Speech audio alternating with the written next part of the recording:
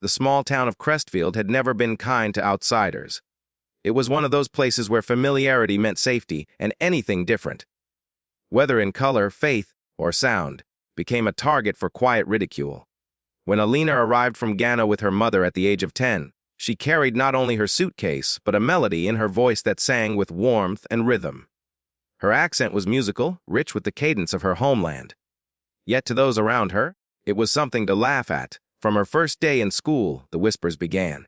Her classmates imitated the way she spoke, stretching her vowels, exaggerating her consonants, twisting her words into cruel jokes. Teachers corrected her constantly, not because she was wrong, but because she didn't sound proper. Every word became a test she couldn't win. At home, her mother told her that her voice was her strength, that it carried her ancestors' stories. But at school, it felt more like a curse. Years passed, and Alina learned to stay quiet.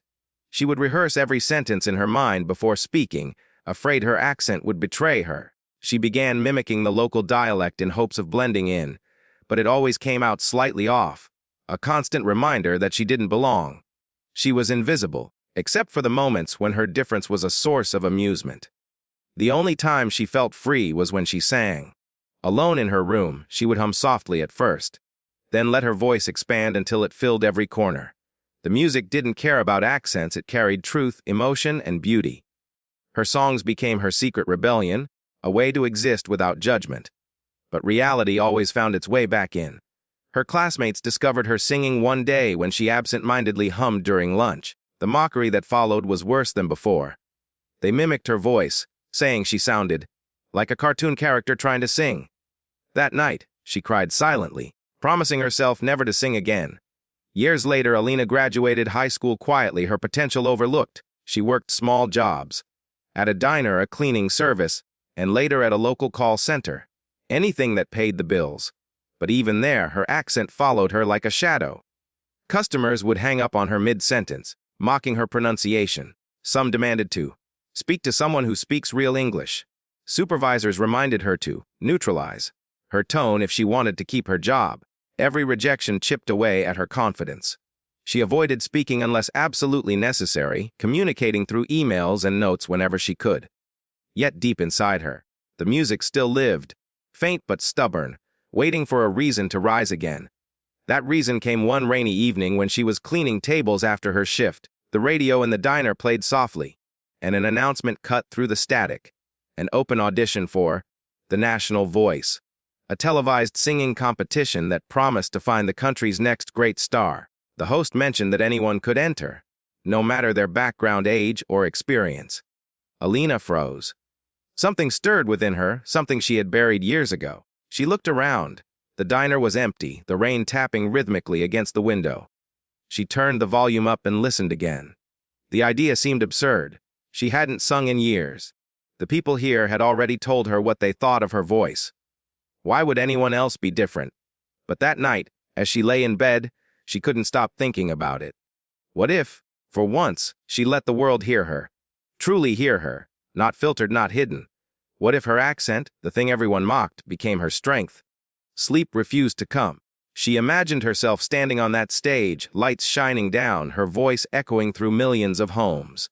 She imagined her mother in the front row, smiling through tears. It felt impossible, and yet, in that impossibility, there was hope.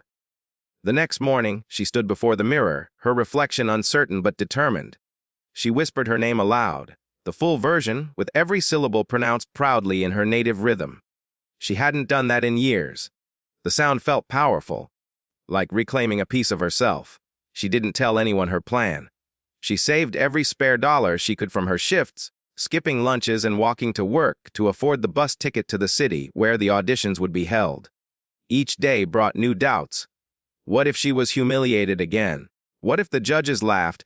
What if this was just another cruel lesson in disappointment? But she had already faced the worst kind of ridicule. She had already lived in silence. Nothing could hurt more than that. When the day finally arrived, Alina stood in line outside the theater, surrounded by confident singers, each one chatting easily in perfect, polished English. She clutched her small bag, heart pounding.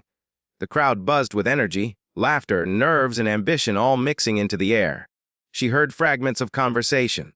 people bragging about vocal coaches, training, and past performances. She had none of that.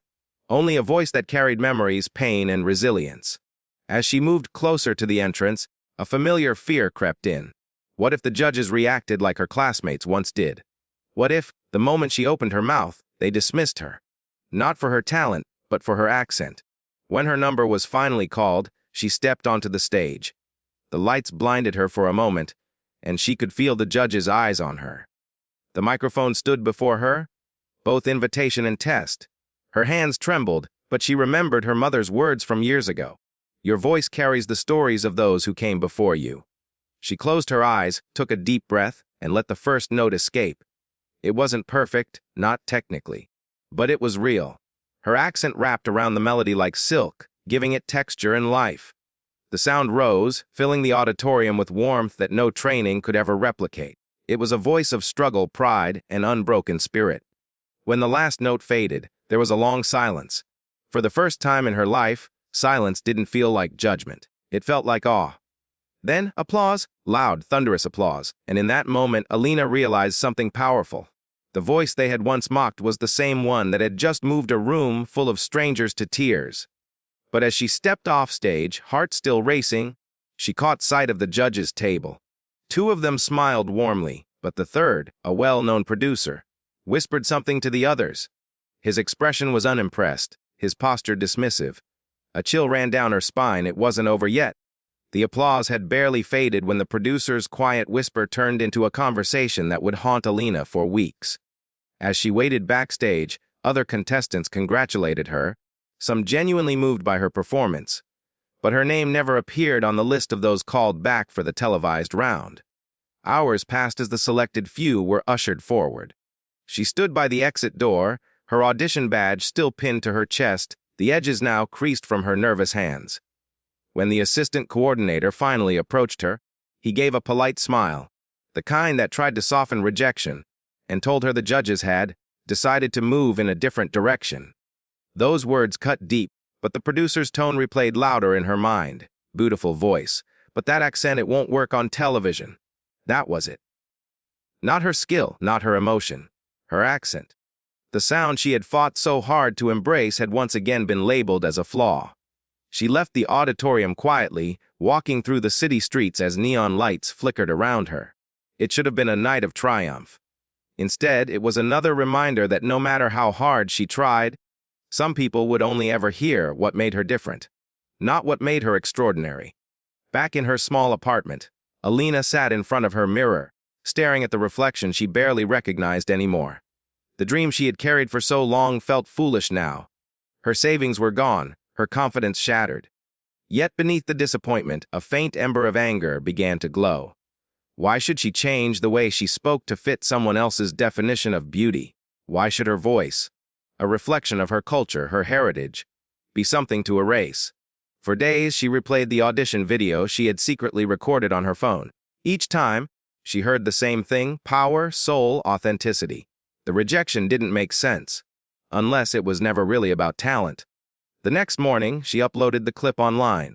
No filters, no auto-tune, just her raw voice and a caption that read, "For everyone who was ever told their voice didn't belong." She didn't expect much. Maybe a few friends would comment, maybe her mother would share it. But within 24 hours, the views started climbing. Hundreds, then thousands. Comments poured in from people across the world. People from different countries, accents, and struggles who saw themselves in her story. Your voice gave me chills. This accent is beautiful, not ugly. She sings with her soul, not just her mouth. Alina sat frozen as the numbers grew. 10,000 views, 50,000, then 100,000. By the end of the week, her video had gone viral. News outlets picked it up, writing headlines like "Rejected Singer Silenced by Judges." The internet thinks she's the real winner. The comments flooded her inbox with love, encouragement, and opportunity. Small radio stations wanted interviews. Independent producers reached out. A popular talk show even invited her to perform live. The same voice they said would never work on television was now captivating millions. But fame, even sudden and beautiful, came with shadows. As quickly as praise arrived, so did the backlash. Some viewers mocked her accent again, calling it unprofessional and unfit for a national stage. Others claimed her story was fake sympathy bait. The same cruelty she'd faced in school now returned, magnified by the internet's endless echo. For a few days, Alina avoided reading comments altogether. The pressure was crushing. She had been invisible for so long. Now the entire world saw her, judged her, dissected her. But amidst the noise, one email stood out. It was from a respected journalist who ran a podcast about diversity in the arts. The subject line read, "Your voice matters. Let's tell the real story." Alina hesitated, then agreed to the interview. For the first time, she spoke publicly about her experiences. The bullying, the rejection, the constant pressure to sound more American. She didn't cry or dramatize it, she simply told the truth. The podcast episode went viral too, sparking nationwide debate about accent discrimination in media.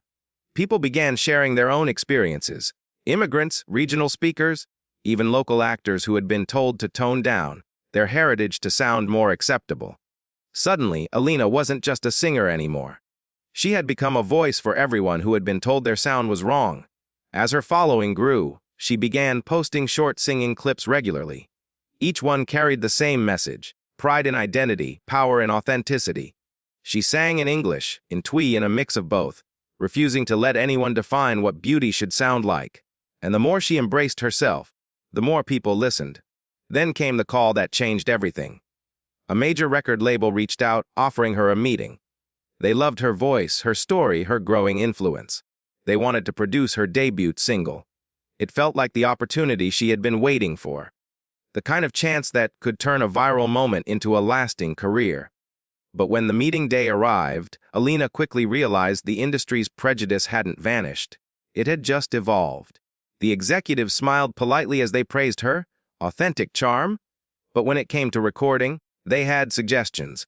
They wanted her to re-record her vocals with a more neutral accent to appeal to a wider audience. She sat in silence, her heart sinking with each word.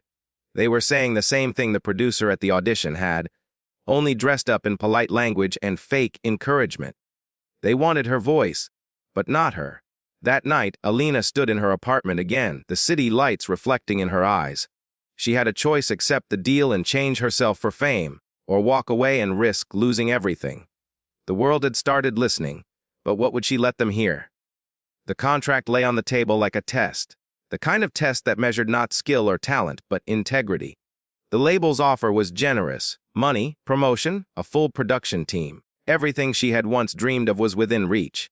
Yet, each time she glanced at the highlighted line, "Artist agrees to modify vocal tone and dialect to suit market preferences," her chest tightened.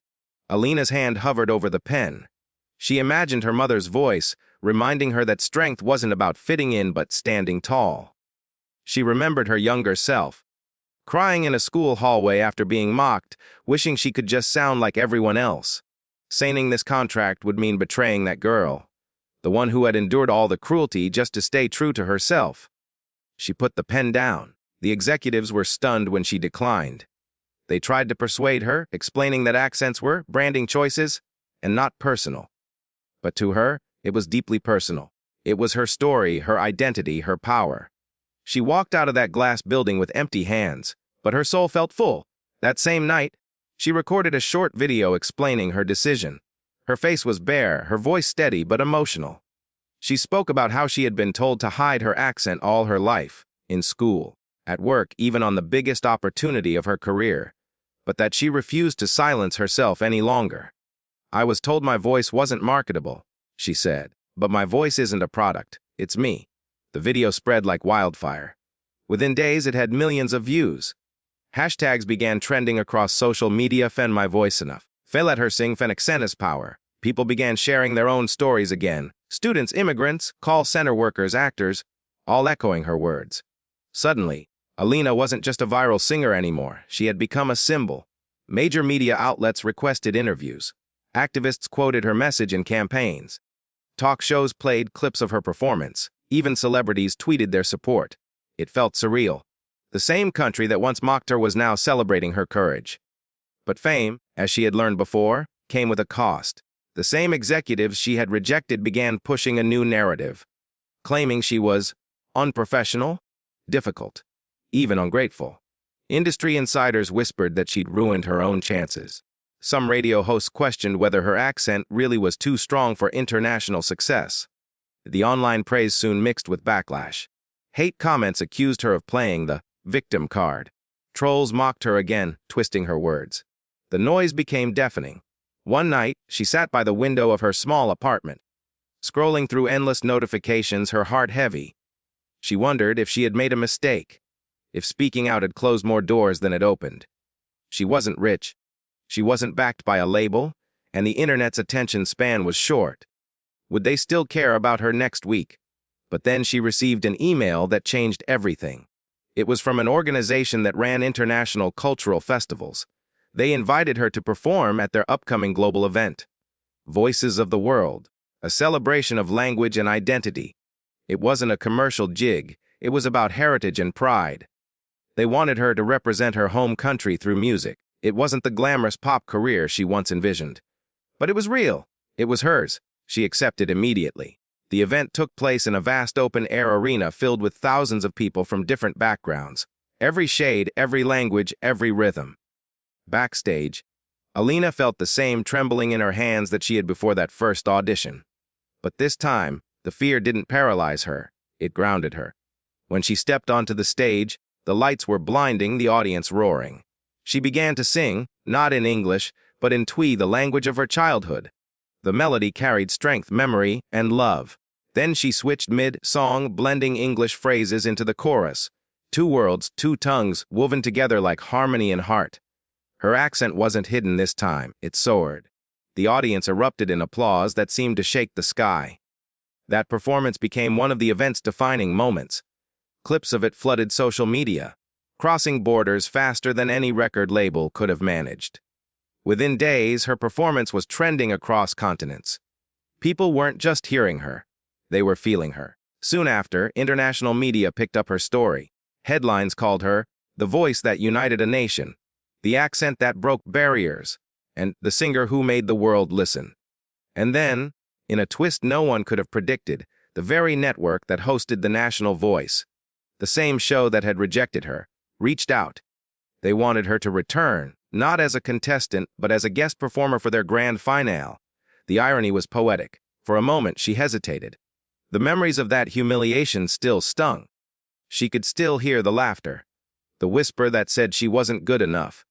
Going back there would mean facing the same people who had silenced her. But perhaps this was the only way to reclaim it, to rewrite the story.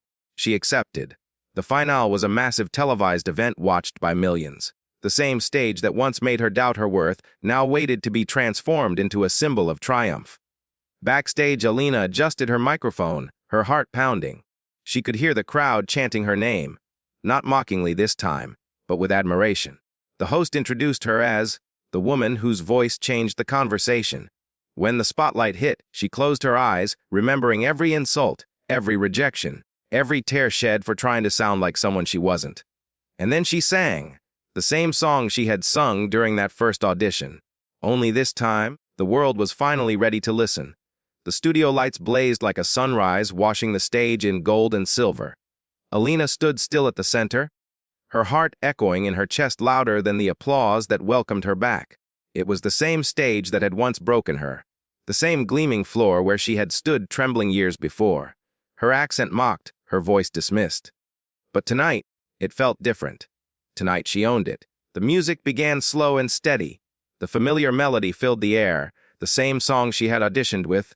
But this time it sounded fuller, richer, alive with every scar and triumph she had carried since that day. Each note carried not just sound, but story. The first verse flowed soft and low, her voice trembling slightly, not from fear, but from emotion. She could almost see her past self standing at the edge of the stage, the younger Alina with her heart full of dreams and her voice unsure if it deserved to be heard. She sang to that girl now, soothing her pain, telling her she had made it through. When the chorus hit, she switched languages, seamlessly blending English and her native tongue, her accent ringing clear through every syllable. It was bold, unapologetic, powerful. The audience, at first surprised, fell silent. The words they didn't understand spoke through the emotion in her tone. Her voice cracked once, then steadied. Stronger, freer. Camera flashes danced across the stage. Judges who had once smirked in quiet disapproval now watched with stunned awe. The same host who had once thanked her, politely, for trying now stood in the wings with tears glinting in his eyes. This wasn't just a performance. It was reclamation. As the final verse rose, she poured everything into it. The years of rejection, the laughter she endured, the sleepless nights wondering if she would ever belong. Every insult, every whispered oogly accent, every door slammed shut became fuel for the fire in her voice. And when she hit the final note, it was like a cry that reached the heavens. Silence followed, a deep, reverent silence that seemed to last forever. Then the entire audience stood. The applause came in waves, deafening, endless. People shouted her name, some crying, some clapping until their hands turned red. It was more than appreciation, it was repentance. The judges, once proud and composed, rose to their feet as well. One by one, they clapped. The same panel that had deemed her unsuitable, for the show now bowed to her undeniable talent. The crowd chanted, "Alina! Alina!" until it became a roar. And as the camera zoomed in, the emotion on her face said it all. She wasn't just being heard, she was being understood. That moment became one of the most replayed clips in the show's history. Within hours of the live broadcast, social media exploded again. The hashtags from months earlier resurfaced, joined by new ones as she came back, phonics and of courage, for full circle voice. Her performance trended globally, not because of scandal or controversy this time, but because of heart. Major news outlets covered her story. Headlines read a singer returns to stage that rejected her and conquers it, from ridicule to reverence, the Alina effect.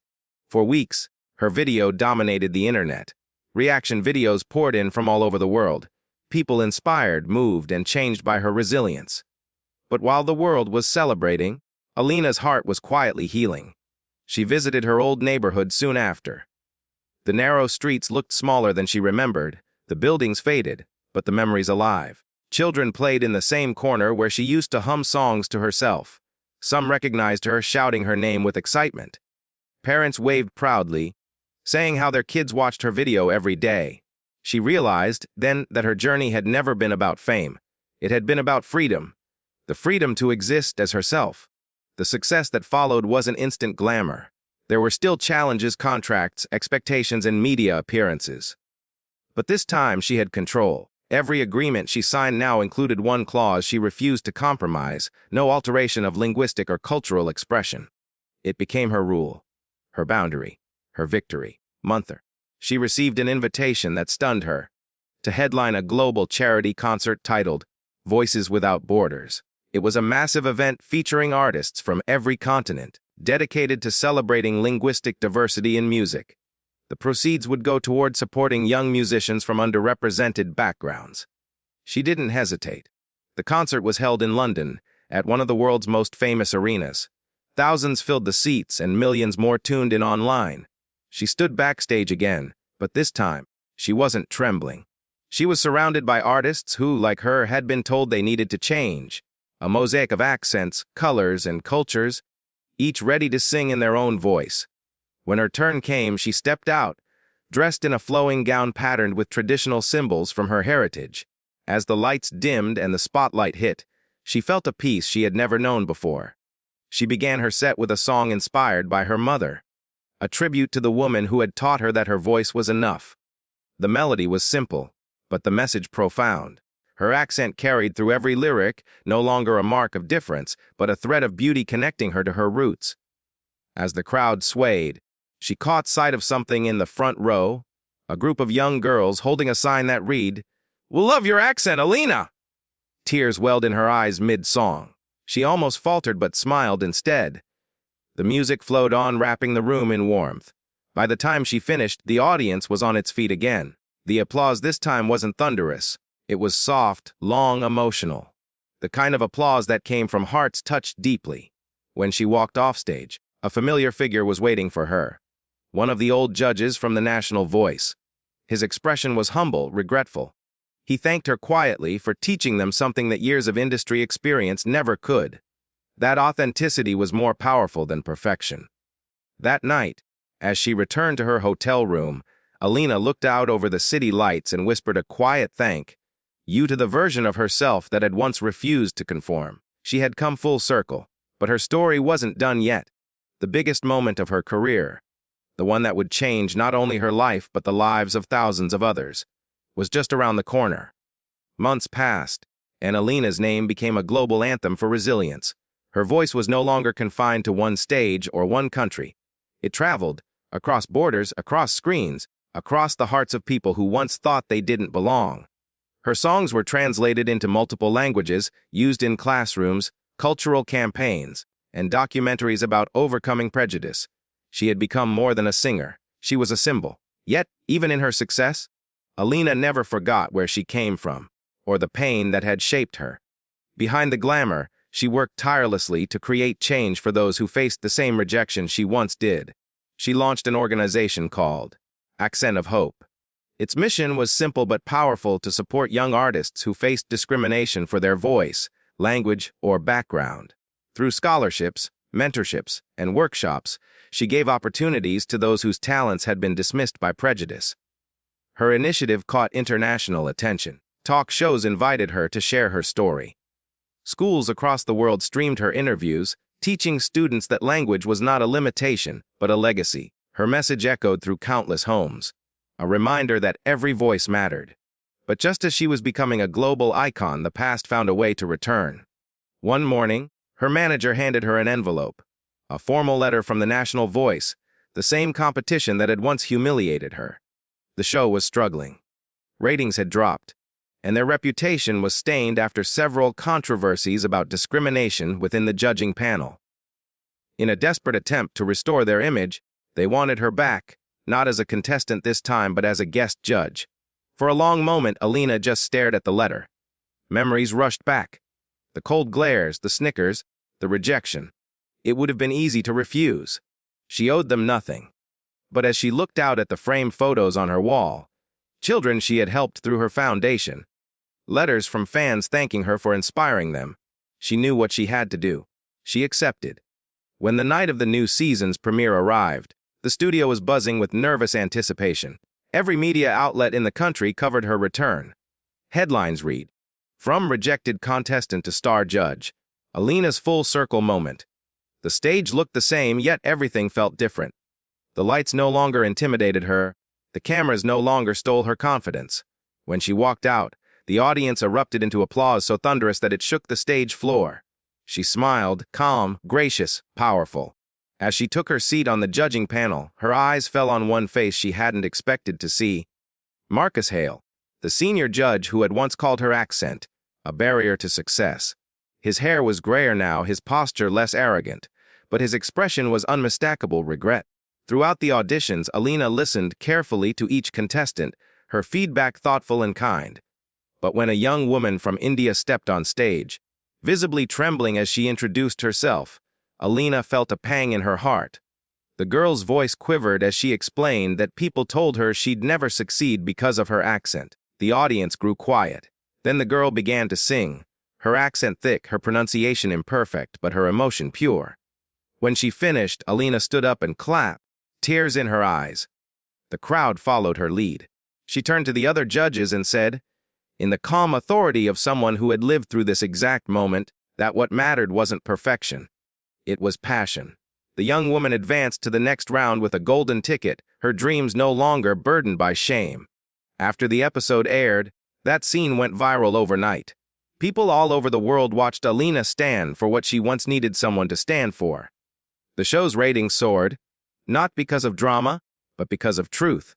Meanwhile, Marcus approached her after filming. His voice trembled with remorse as he admitted how wrong he had been. Not just about her, but about countless others. He confessed that her success had forced him to confront his biases and the system he had helped perpetuate. Alina didn't need an apology, but she accepted it anyway, not for him, but for her own peace. In the months that followed, the transformation continued. Under her influence, the National Voice changed its audition policies, introducing blind auditions for the first rounds, focusing purely on sound, not appearance or accent. Alina became an ambassador for cultural inclusivity in entertainment, working with producers to ensure diversity wasn't just a slogan. It was standard. And as her work spread, lives began to change. Artists who had once hidden their accents started singing boldly again. Schools began celebrating cultural heritage days where students performed in their native tongues. The very sound once mocked as oogly became a symbol of identity, resilience, and pride.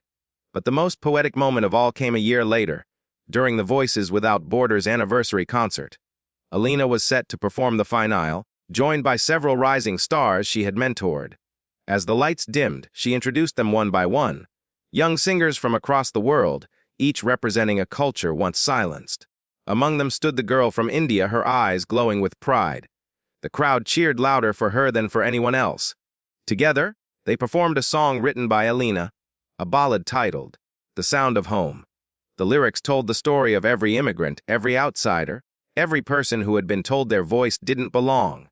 And when they reached the chorus, the entire arena joined in, singing in a dozen languages. Cameras captured the moment, people of every race, age, and background standing side by side, united by one truth: every voice matters. When the performance ended, tears streamed down faces everywhere, in the audience, backstage, on the screens of millions watching from home. It was more than a concert. It was healing. As the curtain fell, Alina stood center stage, surrounded by those she had inspired. She smiled, not for fame or validation, but for the quiet justice of knowing that what was once her deepest wound had become her greatest gift. But even as the applause faded, one more surprise awaited her, one that would seal her legacy forever. The following year marked the 10th anniversary of Alina's return to the national voice. What had started as one woman's fight to be heard had grown into a global movement. Schools taught her story. Artists credited her for breaking barriers. And for millions of people who had once been told to change their voices, her name had become a synonym for courage. Alina had achieved everything she'd once dreamed of: success, respect, and peace. Yet she carried her fame with quiet humility. Her days were filled with studio sessions, mentorships, and meetings with international organizations. She no longer sang to prove herself. She sang to give others permission to be themselves. But life, in its poetic way, had one final circle to complete. A major television network reached out to her with an offer to host a new show titled Voices of the World. Unlike other competitions, this one celebrated diversity. Contestants from around the globe would perform songs in their native languages, judged not on perfection but on authenticity. The concept was revolutionary and deeply personal to Alina. She accepted instantly. The show premiered to record-breaking viewership. From the first episode, audiences were captivated by its warmth, sincerity, and the way Alina connected with every contestant. She wasn't just a host, she was a guide. When a singer broke down, she comforted them. When someone doubted their worth, she reminded them that their voice was their story. The finale of the first season was broadcast live from New York City, a grand stage glowing with lights from every color of the rainbow. Flags from over 50 countries hung across the arena, a tapestry of unity. Alina performed an opening medley with finalists singing in harmony, their languages intertwining like threads in a single song. The performance was breathtaking. By the time the last note faded, the audience was already in tears. As the evening progressed, the world watched from their screens. Social media overflowed with praise, calling it the most emotional show ever created. But in the middle of this triumph, something unexpected happened. Something that would make the night unforgettable. During the live broadcast, one of the producers approached Alina backstage with a pale face. There had been a sudden emergency. One of the VIP audience members had collapsed in his seat. The paramedics were rushing in. Alina froze when she heard the name, Marcus Hale. The same man who had once mocked her, who had later apologized, was now fighting for his life. Without hesitation, she ran toward the commotion. Security tried to stop her, but she pushed through the crowd. Marcus lay unconscious, his face ashen, surrounded by paramedics. His family was there, distraught, clutching each other as they waited for news. Alina knelt beside them, her mind spinning. In the middle of chaos, she found herself remembering everything: his words, his arrogance, his eventual remorse. And now, here he was, fragile and human. When the ambulance arrived, she quietly followed. Hours later, in the hospital waiting area, Alina sat with his wife and daughter, offering comfort. They recognized her instantly, not as the singer he once judged, but as the woman who had changed him. His daughter whispered that Marcus had been a different man these past few years. Kinder, humbler, deeply regretful of his past actions. He had even been donating anonymously to her Accent of Hope Foundation. Alina felt a lump in her throat. The irony of it all was overwhelming. The man who once tried to silence her had, in his final years, worked to amplify voices like hers. When the doctor finally emerged, his expression was heavy. Marcus had survived the immediate danger but was in critical condition. Alina asked to see him, and the doctor agreed. She entered the quiet hospital room, the beeping machines filling the air. Marcus lay weak, his eyes opening slightly as she approached. She didn't need words. The look they shared was enough. A silent understanding, an unspoken forgiveness that transcended their painful past. For a long moment, Alina sat there, holding his hand, humming softly the same melody she had once sung on that stage, the song that had changed everything. Marcus's breathing eased, and for the first time in years, peace settled over them both. A few days later, he passed away quietly in his sleep. When news broke of his death, tributes poured in from all corners of the world. But one stood out, a letter Marcus had written before the Voices of the World finale addressed to Alina. It was found in his briefcase.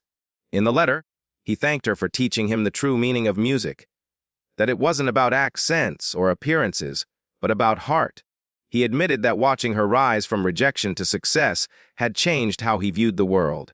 He ended with a request to have his memorial fund support Accent of Hope, ensuring young artists from diverse backgrounds would continue to find their voices. Alina wept as she read it, not out of sorrow, but out of gratitude. Karma, it seemed, didn't always punish. Sometimes it transformed. Months later, Alina stood on another stage, this time at a global cultural summit. She had been invited to give the keynote speech about representation in the arts. But instead of giving a speech, she chose to sing. The hall was filled with leaders, artists, and thousands of young people watching live. The lights dimmed, and she began her most personal song yet, "Forgive the Silence." It was dedicated to every person who had been silenced, and to those who had learned to listen. Her voice, rich and resonant, carried through the hall. When she reached the bridge, she spoke softly between verses, telling her story, not with bitterness, but with grace. She ended the song with a simple line, "They called my voice strange." But it was never strange, it was home. The audience rose in thunderous applause, tears glistening in their eyes. It wasn't just a standing ovation. It was a collective recognition of change. From that day, her foundation grew beyond anything she had imagined. Scholarships expanded to dozens of countries. Music academies named halls after her. And for generations to come, children with accents like hers would be told not to hide their voices, but to raise them.